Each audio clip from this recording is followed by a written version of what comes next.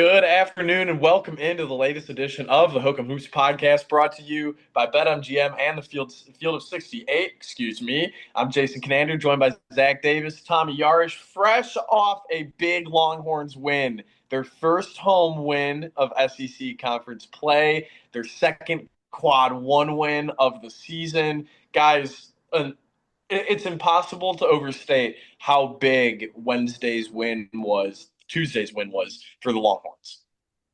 Yeah, you're right, Jason. It was big, and finally Texas gets a ranked win this year. It feels like they've played in 20 ranked games. Obviously, they've only played in I think 7 or 8 this year up to this point. But the way that the SEC has been, it's just been a gauntlet, and you knew that you were going to have to rack up wins at some point. And we kind of talked about going into the Oklahoma game that okay, whoever wins this one has a chance to go on a little bit of a run here, get some positive momentum underneath their belts, and carry that on into their next couple of games.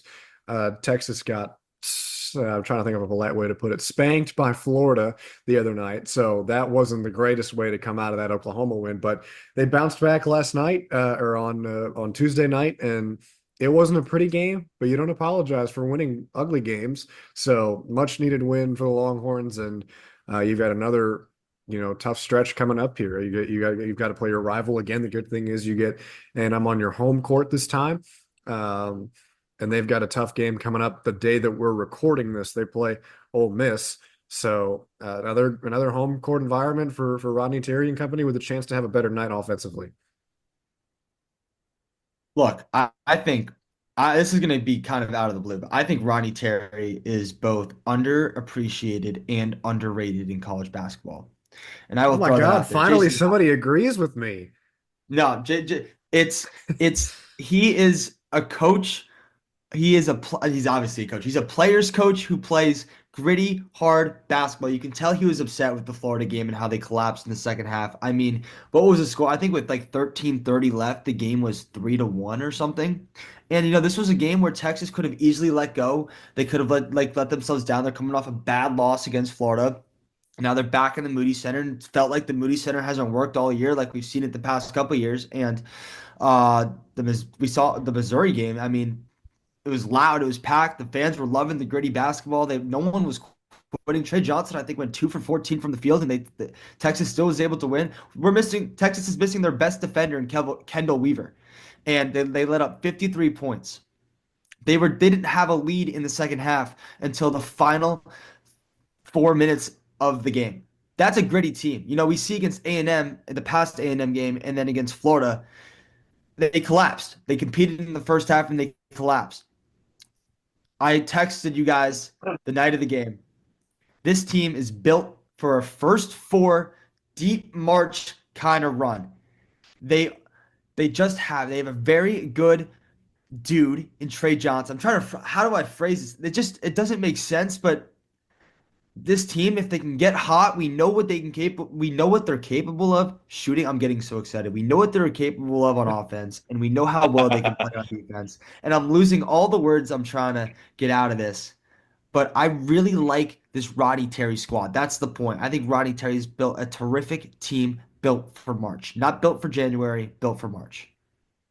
Yeah, they're really starting to come into their own, which is really, really nice. I mean, the Florida game aside, which they got smacked in the mouth, as Tommy said, that win against Missouri was huge. I mean, you have one player scoring two players scoring double figures, really. And Trey Johnson has his worst game of his college career, and you still win by 8 points. And their net ranking jumped from 40 to 33. I mean, that is massive. That is absolutely massive.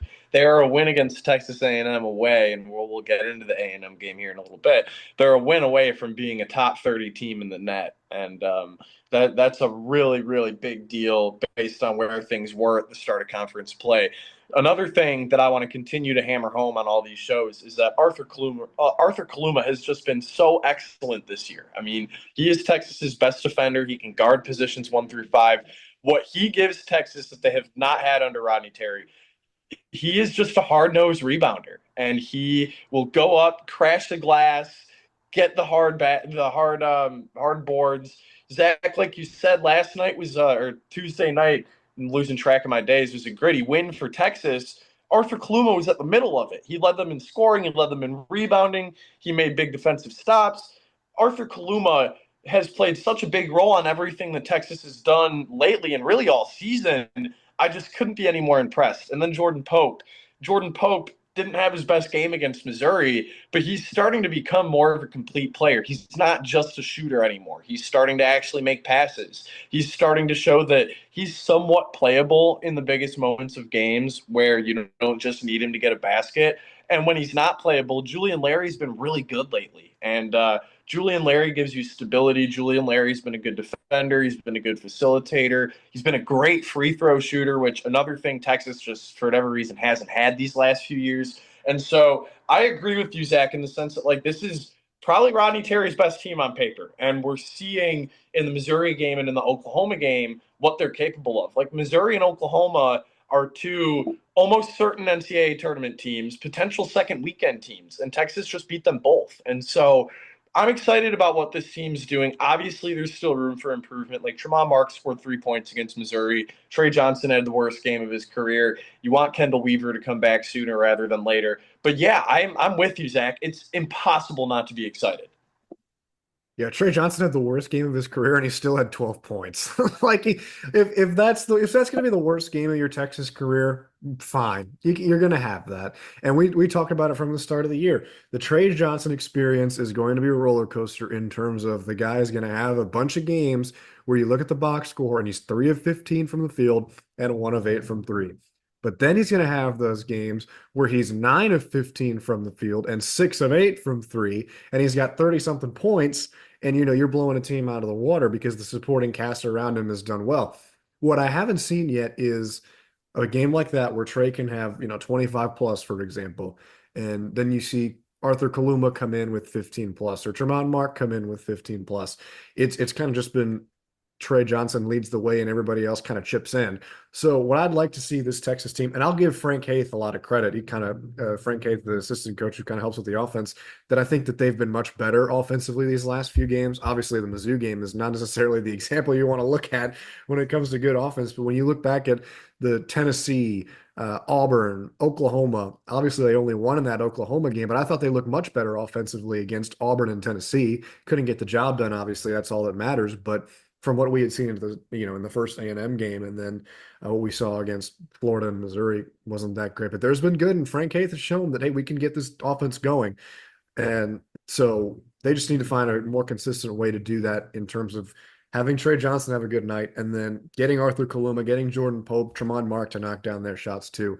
And I think Zach put it well. This isn't necessarily a team that is going to be a January winner or a February winner. This is definitely a team that I could see getting hot in March. But the way you get hot in March is you click. And I don't think this team has clicked just yet, which the last to win 2 out of the last 3 against Oklahoma and Mizzou, you get a ranked win over Mizzou. If you're doing that and you're not clicking all the way necessarily, then I think that's, not necessarily the worst problem to have. Yeah, I mean, look, the opportunity is, I'm not saying they need to win now. Texas doesn't have to click right now, but they have to figure it out within this next 3 week schedule. They got A&M and Ole Miss, and then they have a complete opportunity to turn their season around and wake some heads up by playing LSU, Arkansas, and Vanderbilt. 2 away games, 2 very winnable away games for this squad. Look, this team has, I think it's 10 new players on the roster. 6 being transfers, 4 being freshmen. I don't know why we thought they were going to win so quickly. That there's a lot of moving parts just in that sentence. But I feel like we all can come up here and confidently say, and we thought this all year, is that this team on paper has the ability to win games. And when they work together, they are fun to watch. And I saw that for the first time all season, fellas, against Missouri, where Trey Johnson is having a terrible game, and then he grabs the last rebound, and he gets fouled and goes to the line, and that's the dagger, and he's laughing with all his teammates. That's what I've been wanting to see all season. I mean, how often have we seen Trey Johnson smile, man? How often have we seen those guys come together and click, and we haven't. But when Trey grabbed that board and they all came together, that's when I saw a basketball team. And it's hard not to be romantic about college basketball, and not to be romantic about Texas basketball and Rodney Terry, because I'm a Rodney Terry fan. He's underrated and underappreciated, Jason. Tommy and I can both agree. And man, oh man, I'm just telling you, this team is going to put some eyebrows up in a month max. They are almost there. I've watched so much basketball in my entire life. They are almost there.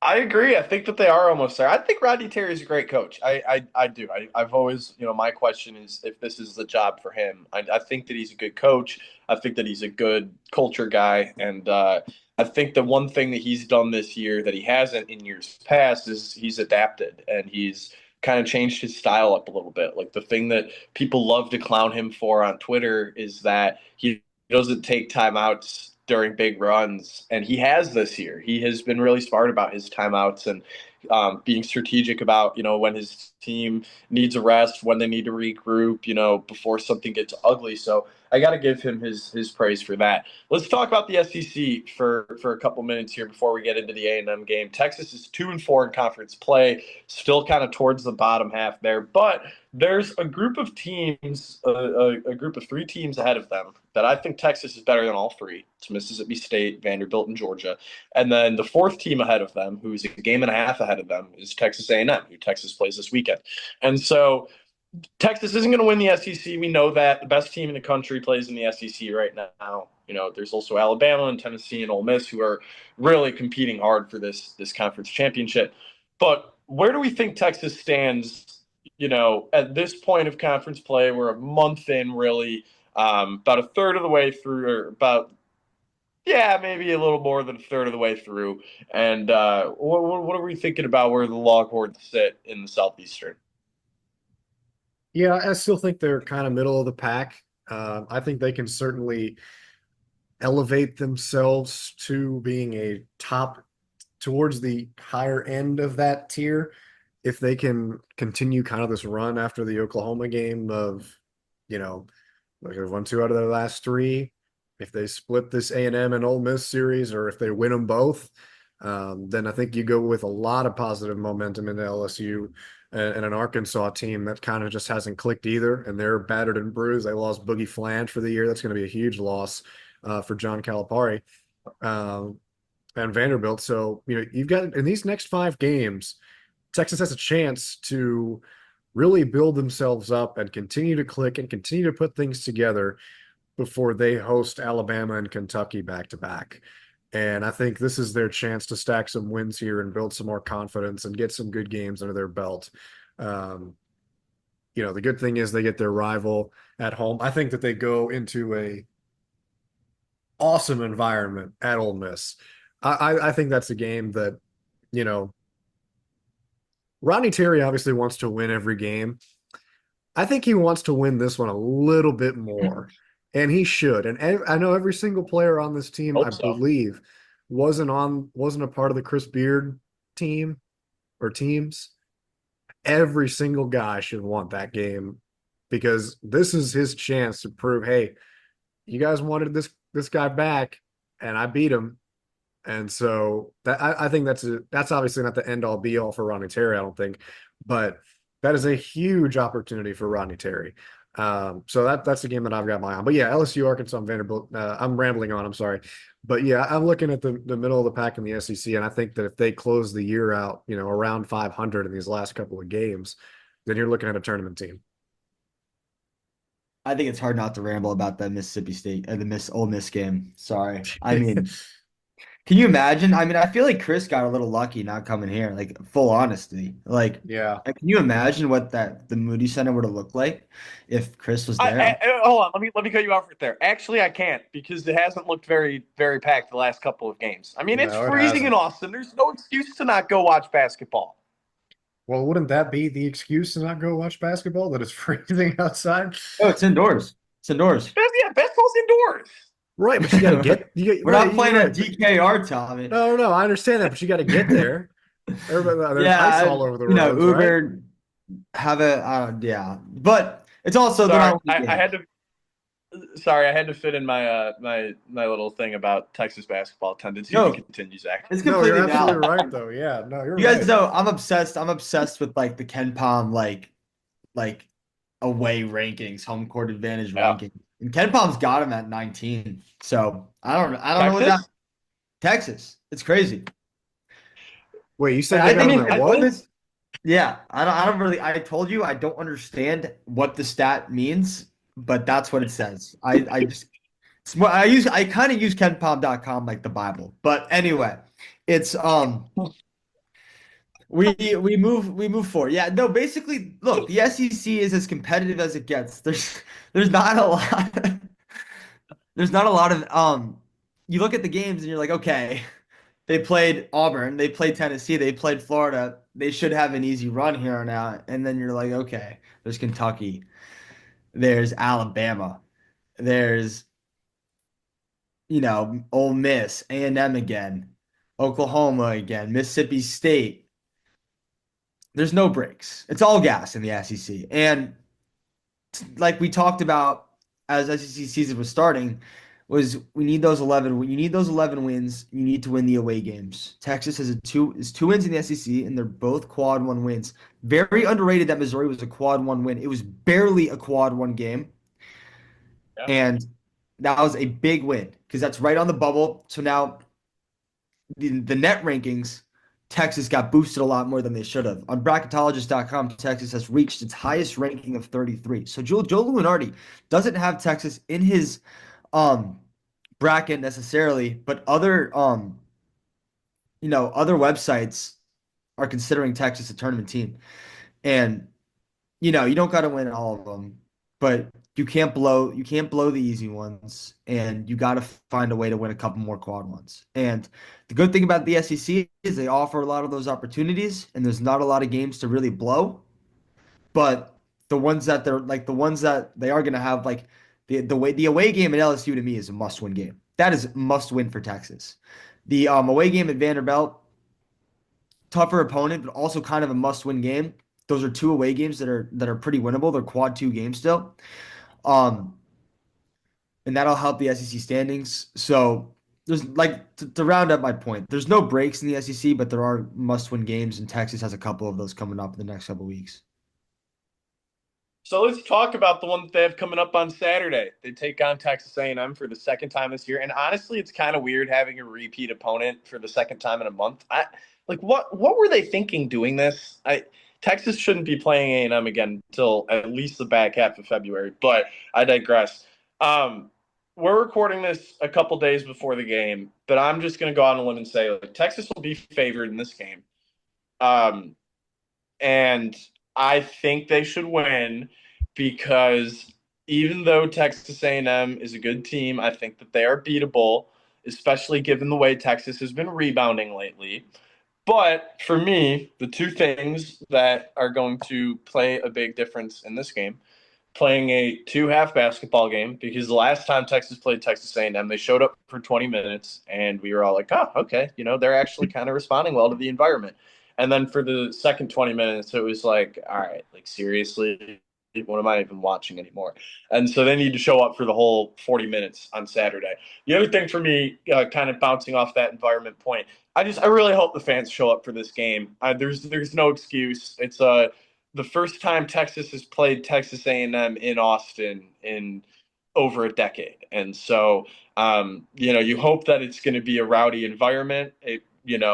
I remember some of those games that I covered in the early days of the Moody Center, against Gonzaga or Creighton, where that place was loud, really, really loud, and it really made a difference in the game. Texas needs that on Saturday because, yeah, they match up better against Texas A&M than they did the first time they played them, but Texas A&M is still a better team than Texas, and the way that you beat those teams who are better than you by not just stealing one on the road is by having those home fans kind of put you over the hedge. Yeah, I'm with you, Jason. Obviously, the crowd needs to be a factor because that's what made Texas so good at home when they were, kind of unbeatable at home those first couple of years in the Moody Center. Obviously, the talent on the roster had a lot to do with that too, but nonetheless, no, this game is absolutely winnable for Texas, and I would argue that a lot of the games that Texas has played have been winnable, and they just haven't been able to finish. And it's playing two complete halves of basketball, a full 40 minutes. What worries me in this game is not having Kendall Weaver, but I do think that Julian Larry has kind of stepped up defensively for Mhm. Texas. So I thought he played really well last night on the defensive side of the ball against Mizzou. So if that continues to trend in that direction, then I agree that this is a game Texas should be favored in, and I think they get the best of the Aggies this time around. Wade Taylor hasn't been 100%. He just came back for his first game. The game before they play um, Mizzou, sorry, Ole Miss. So I think they play, his first game Yeah. back was against LSU, and that was the first game he played since the first time A&M played Texas about a month ago, like you said. So um, the key is that going to be stopping him and Zurich Phelps. That was, the key the first time around, and they just weren't able to do that. Um, but you got to be physical, and people got to show up. Yeah, I mean, we talked about this when we covered A&M the first time, but I want to remind everyone, Buzz Williams is a really good basketball coach, very good basketball coach. Yeah. And this year's team, he's got the 13th most D1 experience in all of college basketball, and he's got the eighth most minutes continuity, which means, excuse me, the players that are on his roster have been on his roster for the eighth longest in all of college basketball. So it's Awesome. basically a completely different spectrum than Rodney Terry's team. And I know we Yeah. talked about the Moody Center has to be packed. I think with Buzz Williams and with the kind of team he has this year, I just don't think it's going to be enough. So I do think A&M is going to win. I think Texas is going to have a better game than they did in the past. I just think with no Kendall Weaver, there's a lot of moving pieces. And I really believe in this A&M team. Unfortunately, saying that on a Hook 'em podcast, but I think it'll be a good game. I think A&M's going to win by a couple. I think it's going to be pretty. I think Moody Center will be loud. I think we're going to see kind of some old times on Saturday. The weather's going to be just nice. It's finally getting a little warm again after having a snow day in Austin yesterday. So I do think the Moody Center is going to be a little disappointed, but I think it's going to be a very good game, and I think it's going to set some fuel to this team. All righty. So I'll give my prediction. Then I got Texas winning this one. I think that we're seeing this team kind of come into their own. The defense coming around for me was huge. Against a team like Texas A&M, who has no shortage of shooters with Zurich Phelps and C.J. Wilcher and Manny Obaseki and guys who can just make open shots, make difficult shots as well. In the case of Wade Taylor, I think that Texas, like I said earlier, matches up better against A&M than they did when they played them earlier. And for me, it's the rebounding. I mean, Arthur Kaluma has that dog in him that Texas just hasn't had these past couple of years. Like, it kind of reminds me of Christian Bishop, which is ironic because these guys used to be teammates. I think no, that would have been 1 year before Arthur Kaluma's time at Creighton. Um, but I it reminds me of Christian Bishop in the way that he just like puts his head down figuratively and rebounds really hard. And the difference is that Arthur Kaluma is like actually big enough to grab those rebounds, and so I think that's going to make a big difference against Texas A&M, against Pharrell Payne and Solomon Washington, and some of their other glass feasters. And Caden Shedrick too. He has shown that he's playable now in the big moments of games. That's really big for Texas. He's eligible to play in the big moments of games now because he's not falling out and he's making shots, which is really nice to see. I mean, guys not named Trey Johnson and Jordan Pope and even Arthur Kaluma are starting to step up. And for those reasons, I've got Texas beating Texas A&M. Yeah, I kind of already said mine. I have Texas winning this game. I think that it's another defensive kind of war, and but give me the Horns by 6. I think they just close out this game well and hit the free throws down the stretch to kind of pull away and make it seem maybe a little bit not as close as it was. But I think this is a big win for our team company going into a big game that I'll touch on here in a second. Yeah, Texas has been good from the line this year. Super low key. Also, very underrated stat from Ken Palm. Texas is sixth best against the free throw, which is means luck is on their side. About damn It's sometime time. or other. Only Does Yeah. took that mean that it they're not only. fouling? So does that mean that they're not fouling, or does that mean that the teams that they're fouling No, just aren't hitting free? the teams they're playing are making 2 out of 3 of every free throw that they shoot, which is Hmm. two out of every 3 free throws. So Wish interesting that could have stat. been wish that could have been the case against Purdue in March. That would have been nice when they shot like 80 free throws. Oh Yeah. my gosh. Oh my gosh. Don't remind me of that game. This podcast will go on for an hour. Oh, that was All right. disgusting.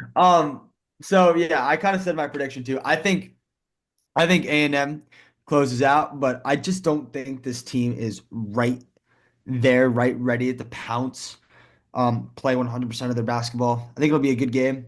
I think A&M is going to get the edge. I think it's going to be going back and forth all night. I think A&M, because of their continuity, because of Buzz Williams, because of their experience in the SEC in these kind of environments, I think they're going to edge it out at the very end. I think they're going to hit their free throws down the road. Give me A&M by 5.